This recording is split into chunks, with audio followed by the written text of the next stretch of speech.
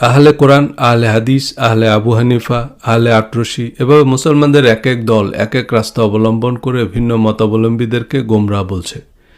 কিন্তু এসব ক্ষেত্রে নিজেদের সঠিক প্রমাণে বা অন্যদের কাফের প্রমাণে যে যাই বলছে তার বেশিরভাগই কুতর্ক, কুযুক্তি নির্ভর কুপ্রবৃত্তির অনুসরণ এবং বেশিরভাগ ধর্মপ্রাণ মানুষের ধর্মবিশ্বাসের ভিত্তি যেহেতু এসব কুযুক্তি, তাই এসব কুযুক্তির চাহিদাও বেশি। বাজারে চাহিদা অনুযায়ী এসব কুতর্ক কুযুক্তির উৎপাদনও হচ্ছে। এসব কুতার্কিকদের দৌরাত্মে প্রকৃত আলেমরা বোবা বনে গেছেন। আহলে হাদিস এবং হানাফিদের মধ্যে বিতর্ক বর্তমানে বেশ উত্তপ্ত। হানাফি এবং আহলে হাদিস উভয় পক্ষের কুতার্কিক আলেমরা নিজেদের যুক্তি দিয়ে ময়দান গরম করছে। আমি এ বিতর্কের নিরপেক্ষ নির্দলীয় বিশ্লেষণ করব, যদিও আমি কিঞ্চিত হানাফি অর্থাৎ মূলধারার হানাফি মাদ্রাসায় পড়েছি, তাই নিজেকে সম্পূর্ণ নিরপেক্ষ দাবি করতে পারি না এবং শুরুতেই বলে রাখি এই আলোচনা জনপ্রিয় ডিবেটের ভিত্তিতে করা।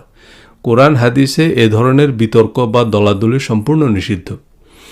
দুই পক্ষের বিজ্ঞ আলেমদের যৌক্তিক দাবি অনুযায়ী দিন শেষে দুই দলের কথাই ঠিক। ঝগড়াটা হয় আহাম্মকদের কারণে এবং অকারণ অযৌক্তিক বিষয়ে। ইরফানে শরীয়ত ফতোয়ায়ে আলমগীরি মোতাবেক বা অতি কট্টর হানাফি আলেমদের মতে ইমাম আবু হানিফার গবেষণা বা ইজতিহাদকে সঠিক মনে না করলে সে কাফের। ইমাম আবু হানিফা বলতে আসলে হানাফি মাযহাবের বিভিন্ন আলেমরা যে ফতোয়া দিবে তা মেনে নিতে হবে। এর পক্ষে কোরআনের আয়াতও আছে, তোমরা আল্লাহ তার রাসূলের আনুগত্য করো এবং তোমাদের আমিরের আনুগত্য করো।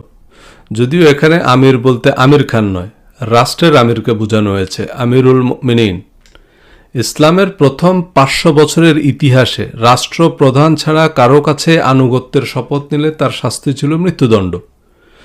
কিন্তু এই আয়াতের ভিত্তিতে বলা হচ্ছে পীর মাশায়েখ আলেম ওলামাদের কথাও কোরআন হাদিসের মতোই মানতে হবে।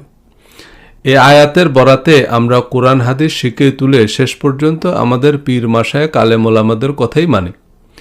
মাযহাব বা কোনো আলেমের মতামত মানতেও দোষের কিছু নাই, কিন্তু মাযহাব না মানলে সে কাফের, এটা মনে করলে সে আবু জাহেলের মতোই মুশরিক।